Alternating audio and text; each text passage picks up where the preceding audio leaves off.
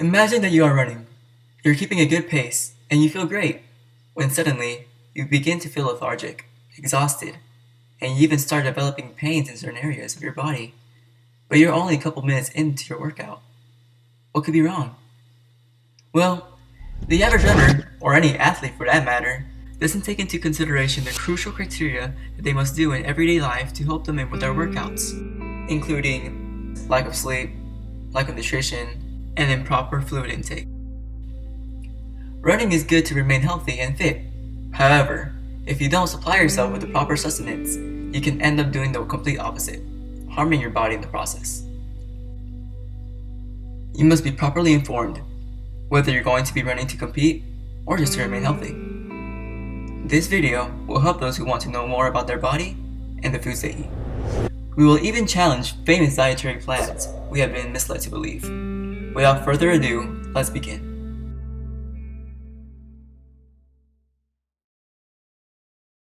Let's talk about protein, carbs, and fats, the major macronutrients in our topic of nutrition. Protein, carbs, and fats move along intersecting sets of metabolic pathways that are unique to each major nutrient.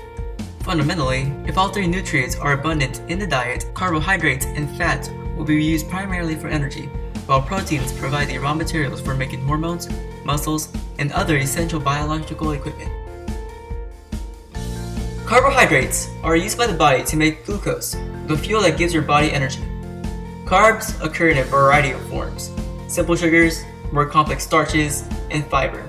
Each one is digested differently, but the sugars you find in, per se, apples, known as unprocessed food, will provide you with more energy than that of a processed chocolate bar. This is because of the different method that one takes into absorbing the sugar into their system. The unprocessed sugar found in fruits is very rich in fiber.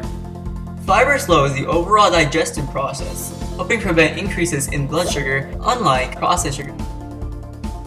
The carbohydrates in food are digested into smaller pieces, either glucose or a sugar that is easily converted to glucose, absorbed through the small intestine's wall. After a quick stop in the liver, glucose enters the circulatory system, causing blood glucose levels to rise. If there is leftover glucose beyond what the liver can hold, it can be turned into fat for long-term storage so none is wasted. Carbohydrates are particularly good at providing quick energy because of how fast they are digested. And understanding them is key to managing diabetes because they are broken down directly into glucose, the sugar that people with diabetes have in excess in their bloodstreams. The American Diabetes Association notes that carbohydrates are the body's main source of energy. 50 to 60% of your calories should come from carbs. Most natural, unprocessed food, like vegetables, fruits, and whole grains, and legumes, for example, are rich in carbohydrates. Other food like white rice, white bread, cakes, cookies also contain carbs, often found in the form of starch and sugar. Total fat is the amount of all fats consumed, saturated, unsaturated, and trans fat. Fats are made of molecules called triglycerides, and not all of them are the same, which gives us the saturated and unsaturated products in our food. Fat is needed in every cell of the body, and is a source of energy during low-intensity activity as well as long-duration activity, which is great for long-distance runners. There are two types of fat, saturated and unsaturated.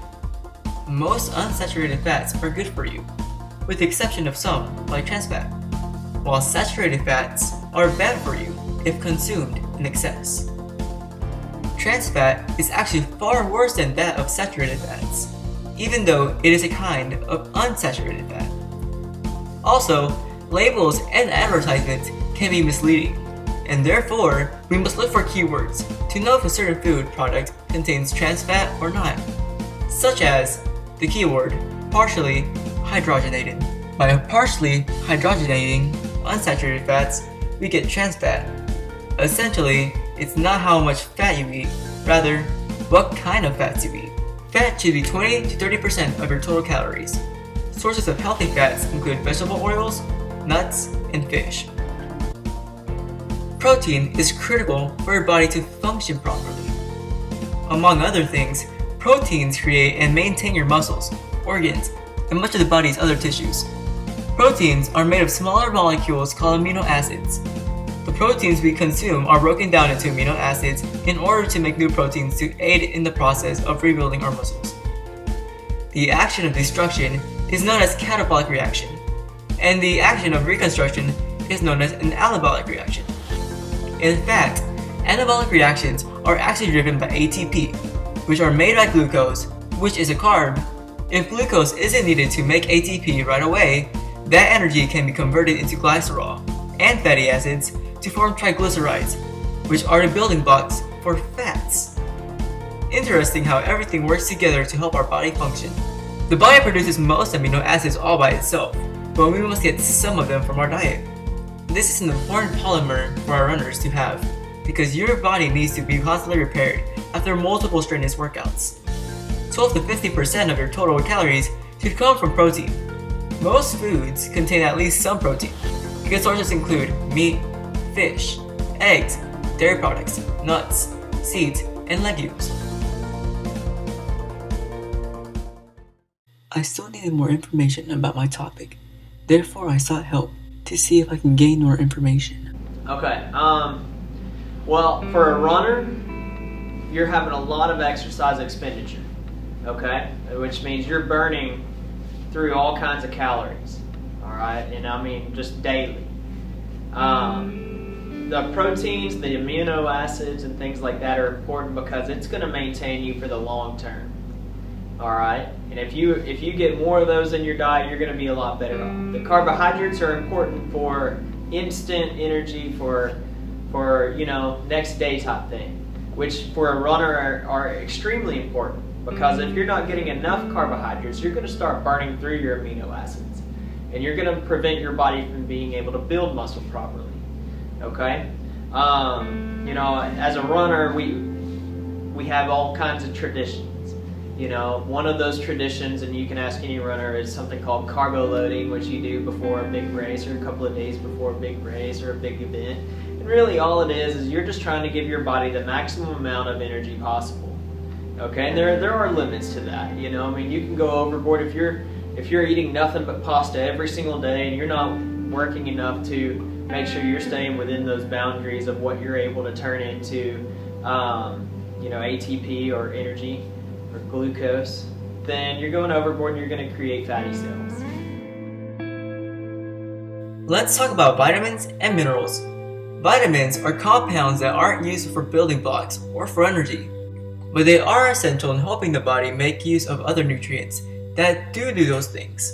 Minerals are like vitamins, in which they don't provide fuel, but they have all sorts of other functions, such as hardening bones and teeth, creating hemoglobin, and to maintain our body's pH balance, just to name a few. On average, people don't meet the daily requirements for vitamin intakes.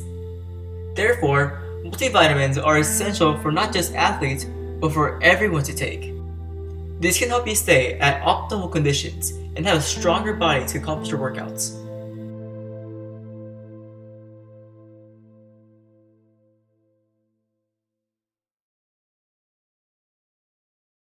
Do you know the essential vitamins that runners should prioritize in supplying themselves with, and in what food products we can find them in? Okay. Vitamin C, number one, because runners typically use a lot of this when they're being active. When you're running, that's one of the first things that goes is vitamin C. And you need to get them from oranges, orange juice, just basic vitamins. Pretty much any vegetable has a small amount of vitamin C. Just pretty much helps your immune system, like everybody knows. It's a common thing.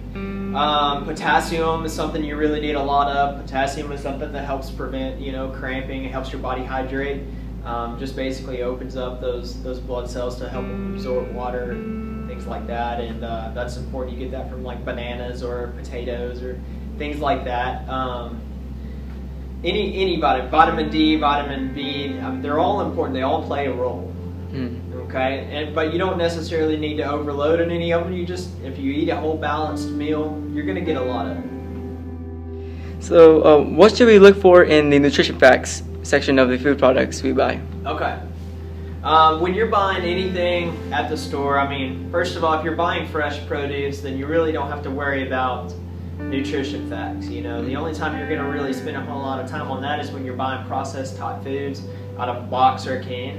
What you need to look for, number one, calorie content per serving. You know, just to make sure that you do need calories, but you don't need the super high calorie content food. Sodium level. Sodium is one of the killers. That's one of the leading causes of obesity in America. Okay, people who have a low active lifestyle eat a lot of sodium high foods, which sodium collects water, you know, and it makes fat cells expand, and that's not we don't want that. All right. So check the sodium levels, things like that. Check the sugar, how many grams of sugar. Depending on the item, it varies on how many grams of sugar it should have. So what's your opinion on high and low carb diets? Again, it all depends on energy expenditure, you know, how much you're doing per day, per week, per month, you know, how regularly you exercise, and the rest of your diet. I don't, personally, for an athlete, I don't like a low carb diet. Even if you are lifting a lot, you're getting a lot of protein in your diet, you need at least a fair amount of carbs in there, but they need to be the right kind of carbs. All right. High sodium level carbs are usually not very good and don't do anything but, you know, take away from your body. Basically, they don't put a lot of good things into it. The correct kind of, you know, the whole wheat type things are gonna give you the correct type of carbohydrate that will, more of that will be used to turn into glucose, and that's a good thing. Now we will look into the life of a Division I athlete.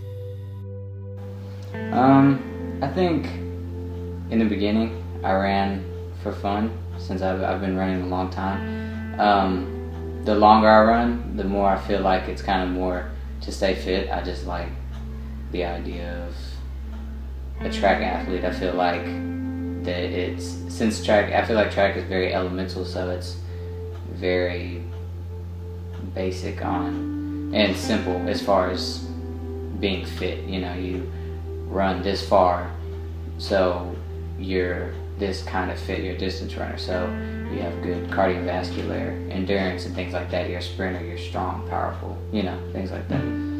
So I would say now, as I'm growing close to the end of my career, it's more to stay fit. What kind of runner are you? Are you long distance, short distance, middle distance, or are you something of a mix? So right now I'm a sprinter, but in the past I've done just about everything. I started out when I started running track as a sprinter, and then as I went into high school, I moved up a little bit more to 400 meters, still sort of a sprinter. And then towards the end of my high school career, I moved into cross country and distance running, or not distant, but mid-distance running, so the 800. And then I stayed with that for a little while. All the way I stayed with that in college, my freshman and sophomore year. And then junior year, I moved to multis. I tried to do decathlon and heptathlon indoors. It was great. That was probably the most fun I had as far as training for track and field, just because I was constantly doing something different, learning something new. And but because of the amount of time I had left in my track career, we didn't really have time to just train for the decathlon because it takes so long to train for. So I moved back down to sprinter. So what kinds of food do you eat on a daily basis? Like during breakfast, lunch, and dinner, in order to stay fit and healthy when you're in season? When I'm in season,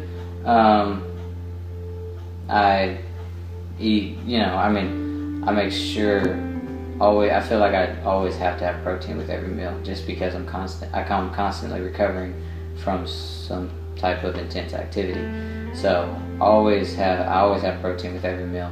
And I also have carbs with every meal as well, but I just try to make protein that priority because I feel like it's really important for me to be able to recover to perform the next day. Mm-hmm. And so is that the same about off season, or do you just change your diet as you? In off season, I don't really do anything different. It's almost identical, really. And the only thing maybe that's different is in off season, I may eat a little bit less.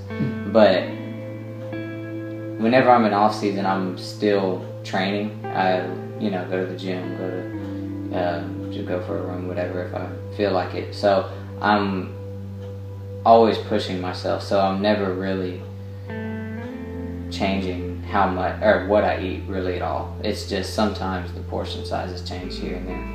On days near competition, do you happen to change your normal eating habits or keep it relatively the same? Also the same. Like I said, it's just for me. Like I said, I feel like mine might be a little more restricted than it really needs to be. It's just whatever I've been doing. The easiest way for me to stick with it is to stick with it. Instead of trying to change it up for a meet or change it up for something. When you're waiting for your events, this is like on a day of competition. Do you happen to bring some snacks with you and eat between them in races? Always. I always bring food. I mean, I'm not even snacks. I'm bringing full-blown meals.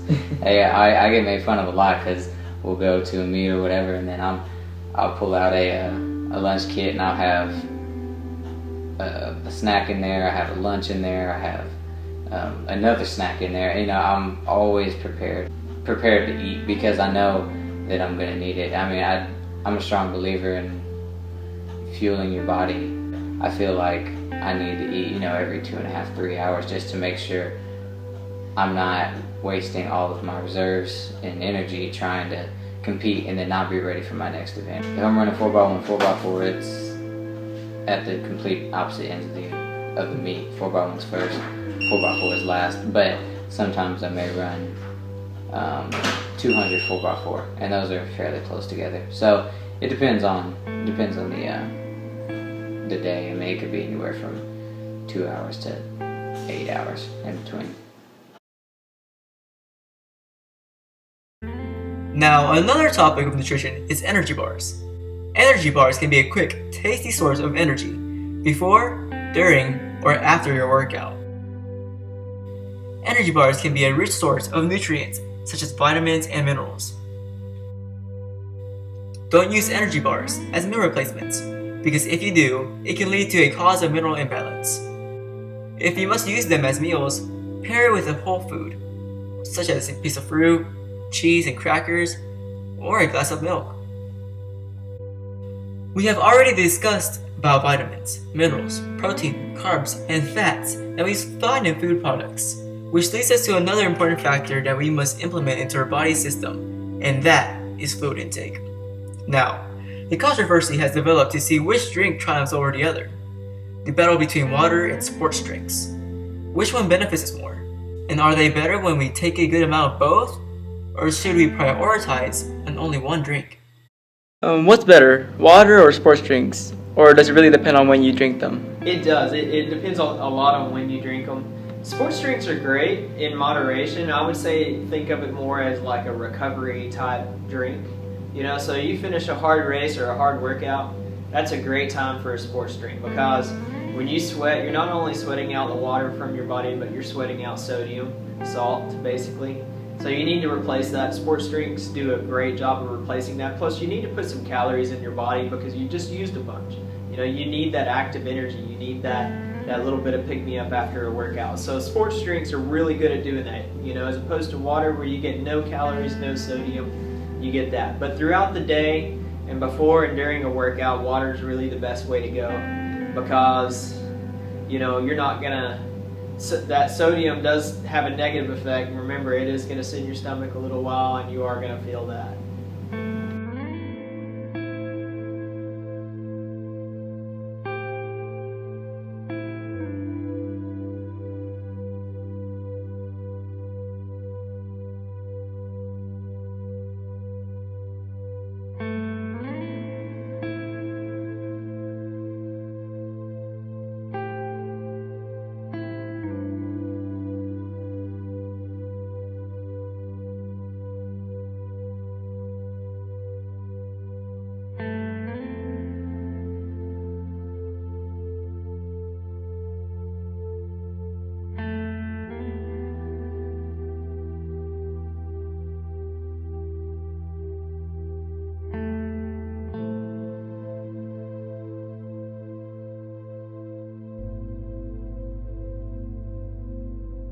Do you think the food you eat differs greatly from you and, let's say, a distance runner?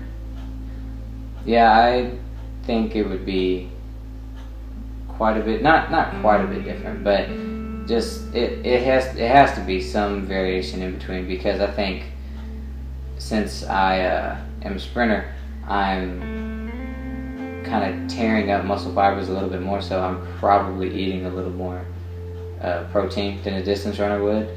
But since a distance runner needs so much more energy than I do, I think a distance runner is probably eating more carbs, more fats than I am. But so it probably doesn't vary too much. Just to the naked eye, it probably doesn't look like I'm really eating any different. But in reality, I think it's probably some difference there. To an extent. Yeah. And last question, what are some suggestions you'd like to give to people who plan on living a healthy lifestyle by having a balance of exercise and proper nutrition? Okay. As long as you're pretty active, you know, you're not going to have to really put a ton of thought into it. I don't really believe in counting calories or anything like that. It's not my style. It's never worked for me. I just like to, you know, tell people, look at your plate. If your plate is colorful, then you're probably doing okay. It's going to mean you got lots of vegetables. You're going to have some type of cooked protein on there. You know, nothing fried. If it's brown, that's a bad thing. That means there's probably a lot of fried food on there. You want to make sure that the protein is the bulk of your plate. Let's say you divide your plate in half. You want that left side, or the one half of it, to be protein. And then divide the other side up into a carb and some type of vegetable. And if you can do that, that's a really good way to eat. After you eat your first helping, wait about 5 minutes. If you're still hungry, that means your body's still probably craving a little bit more. Chances are you won't be hungry after your first helping. You know, you let your stomach kind of settle, let it set in, you'll fill up. Is there any advice you'd like to give anyone who wants to be or currently is a runner? I think one thing that, looking back, since I'm towards the end of my career, is train hard, you know, make sure you're doing everything you're supposed to do, eating right, getting your sleep, training, all that. But don't become so involved and consumed by it that it constantly runs through your mind of, you know, or like, for example, let's say you didn't do great in a race and it bugs you, you know, it ruins your week, basically. You know, I think looking back, I wish I wouldn't have let bad races or something like that or bad training days ruin my day, ruin my week, because I feel like track is such a physically and mentally demanding sport that if you take it too seriously, then you're not gonna like it eventually. You know what I mean? I mean, you'll like it, but eventually it tires you out, is what I'm trying to say. It'll exhaust you, and just from the constant thought of how can I get better, or why didn't I do this, or why didn't I do that. You know, that's probably the main advice I have, is take it seriously, but don't sacrifice fun, you know. With all this in mind, it is important to know that all of this varies within gender, weight, and age. Everyone's body is different, and you know yours better than anyone else. So, in order to properly prepare yourself for workouts, you must acknowledge the fact that you don't have to do exactly what a particular guideline tells you to, unless told by a medical professional otherwise. You can change it to an extent, but not too drastic, to where you are changing the guideline completely, but just for it to be more personal and accommodate to your needs and respect to you. Apply what you have learned here today to optimize your performance and benefit your body appropriately. Tell others around you so that they too can know about their bodies and make them more aware about their nutrition, so we can all be more careful about what we eat on a daily basis. Not only is this video great for athletes, but it is also a great source of information for anyone who seeks to live a healthier lifestyle. We only get one body, and it is our job to treat it right. Thank you for watching.